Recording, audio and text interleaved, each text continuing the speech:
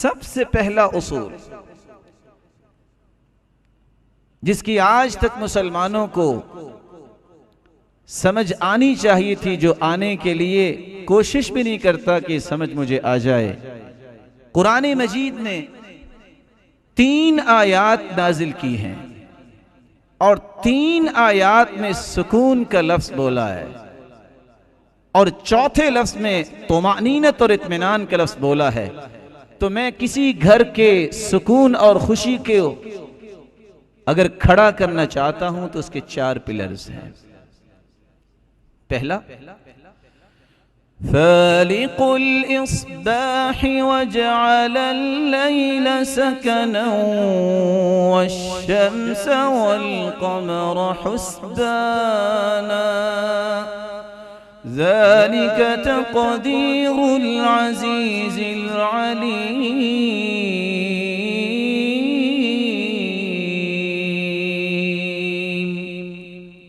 صبح کو پیدا کرنے والا بھی اللہ ہے۔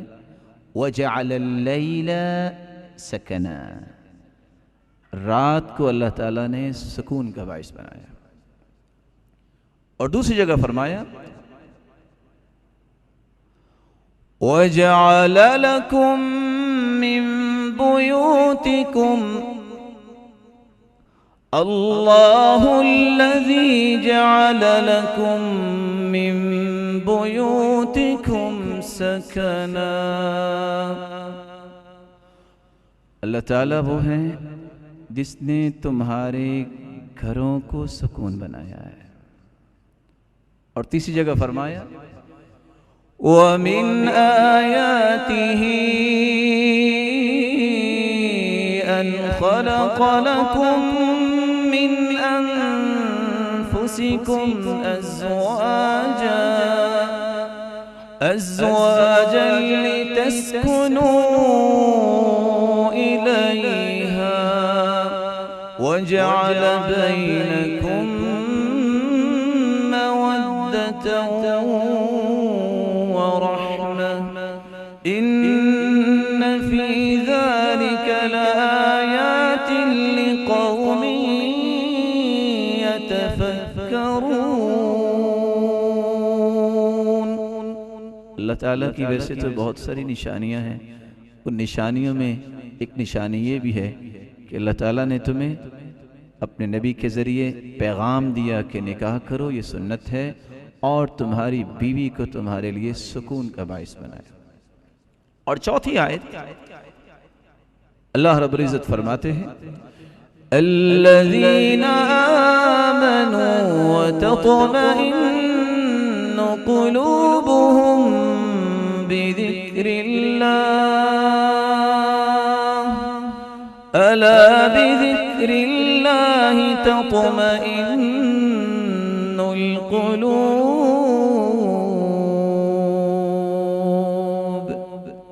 ایمان والوں کا اللہ تعالیٰ نے اطمینان اور سکون رکھا ہے تو اپنے ذکر میں رکھا ہے، لیکن ان 4 آیات کو سمجھنا ہے۔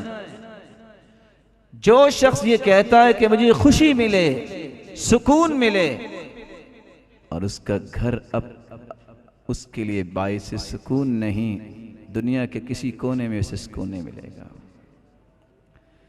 جو شخص سکون اور خوشی کا متلاشی ہے، اس کے لیے اس کی گھر والی اور گھر والی کے لیے اس کا گھر والا خوشی اور سکون کا باعث نہیں، اس کو دنیا میں کہیں بھی خوشی نہیں ملے گی۔ جو شخص فطرت کے بنائے ہوئے اصول رات کے اندر سکون نہیں حاصل کرتا، وہ دن کے اندر بھی سکون حاصل نہیں کر سکے گا۔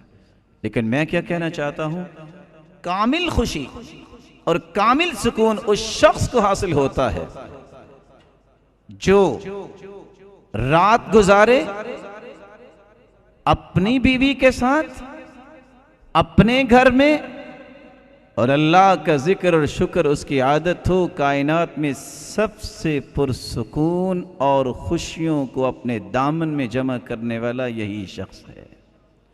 یہ شخص کہے، آپ دیکھ لیں دنیا کے بڑے بڑے ہوٹلز پہ چلے جائیں، جو گھر میں آپ کو سکون اور خوشی ہے وہ وہاں نہیں ہو سکتی۔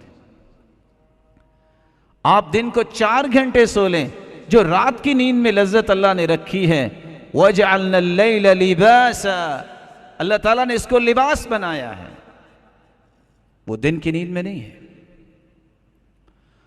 دنیا جہان کے لوگ آپ کو سلیوٹ کرنے والے ہوں، لیکن جو دل کی اتھا گہرائیوں سے محبت، احترام، اکرام آپ کو دے سکتی ہے تو آپ کی بیوی دے سکتی ہے۔ اسی طرح عورت کو خامد دے سکتا ہے، اور دنیا کے اندر کوئی اس کو وہ اکرام اور کوئی اس کو محبت نہیں دے سکتا۔ اس لیے رسول اللہ صلی اللہ علیہ وسلم نے اس اصول کے بعد زندگی کو خوبصورت بنانے کے لیے اصول دیے، جس سے سکون اور خوشی آئے گی۔ اور شریعت کی یہی خوبصورتی ہے، وہ صرف مرد کے حقوق کو لوگوں کے سامنے نہیں رکھتا کہ بس مرد حقوق مانگنے پہ لگے رہیں، وہ مرد کے بھی حقوق اور اس کے ساتھ ساتھ انما النساء شقائق الرجال، عورتوں کا بھی معاشرے میں ایک حصہ ہے۔ اور یہ سائیکل کے دو ٹائر ہیں، ایک ٹائر پہ یہ گاڑی نہیں چل سکتی۔ اس طرح مرد کے حقوق ہیں، اس طرح عورت کے بھی حقوق ہیں۔ تو ہم چاہیں گے کہ دونوں کو کمپیریٹیولی موازنہ کرتے ہوئے ہم چند اصول پیش کریں۔ پہلا اصول، خامد کی ذمہ داری یہ ہے، چونکہ وہ قوام ہے، وہ ذمہ دار ہے، گھر اس نے بنایا ہے، کہ وہ اپنی بیوی کی تعلیم، دینی معاملات، تربیت، گھر کے اندر دینی ماحول پیدا کرے۔ رسول اللہ صلی اللہ علیہ وسلم اکیلے تہجد نہیں پڑھتے تھے، آپ تہجد کے لیے اٹھتے اور آواز دیتے، قومی یا عائشہ، قومی یا عائشہ فاوتری، عائشہ تم بھی اٹھو، تم بھی تہجد پڑھو۔ آپ آواز دیتے، ایقظوا صواحب الحجرات، ان حجروں والیوں کو اٹھاؤ، لکی یصلین، یہ بھی تہجد پڑھیں۔ رب کاسیۃ فی الدنیا عاریۃ فی الآخرہ، کتنی عورتیں لباس پہننے والی ہوں گی، کن کے بارے میں کہا؟ ان امہات المؤمنین کو اٹھائیے، یہ تہجد پڑھیں۔ کتنی عورتیں دنیا میں لباس پہنیں گی لیکن قیامت کو محروم کر دی جائیں گی۔ نعمتیں اللہ نے دی ہیں تو اس کا شکر ادا کرنا ضروری ہے۔ رسول اللہ صلی اللہ علیہ وسلم نے صرف اکیلے تہجد نہیں پڑھی، گھر والوں کو ساتھ ملایا ہے۔ کس طرح میں خوشی اور سکون کی خواہش کرتا ہوں، اور میں اپنی بیوی پہ پابندی لگاؤں، چھوڑو نماز کو، چھوڑو حجاب کو، چھوڑو ان پڑھائیوں کو، کبھی سکون نہیں مل سکتا۔ اللہ نے سکون اپنے دین میں رکھا ہے۔ اور اللہ کے رسول صلی اللہ علیہ وسلم نے فرمایا تھا، رحم اللہ رجلا قام من اللیل فصلى ثم ایقظ امرأته، اللہ اس شخص پہ رحمت کی برکھا برساتے ہیں جو تہجد کے وقت اٹھتا ہے، اپنی گھر والی کا بھی اٹھاتا ہے۔ فَإِنْ أَبَتْ نَضَحَ فِي وَجْهِهَا الْمَاء، اگر پسو پیش کرتی ہے نہیں اٹھتی، پانی کا چھڑکاؤ کرتا ہے تو بسا اوقات سردی میں تکلیف دہ چیز، لیکن یہ ان لوگوں کی باتیں ہو رہی ہیں جنہوں نے اپنا آپ اللہ کو دے دیا ہوتا ہے۔ وَرَحِمَ اللَّهُ امْرَأَةً قَامَتْ مِنَ اللَّيْلِ فَصَلَّتْ وَأَيْقَظَتْ زَوْجَهَا فَإِنْ أَبَى نَضَحَتْ فِي وَجْهِهِ الْمَاء، اور اللہ اس عورت پہ بھی رحمت کی برکھا برسائے جو خود تہجد کے لیے اٹھتی ہے، اپنے خامند کو بھی اٹھاتی ہے، اگر وہ پسو پیش کرتا ہے پانی کا چھڑکاؤ کرتی ہے۔ لیکن جہاں میں ایک چھوٹی سی تنبیہ ادباً بیان کروں گا، یہ چیزیں پہلے بیٹھ کے سمجھ لینی چاہیے۔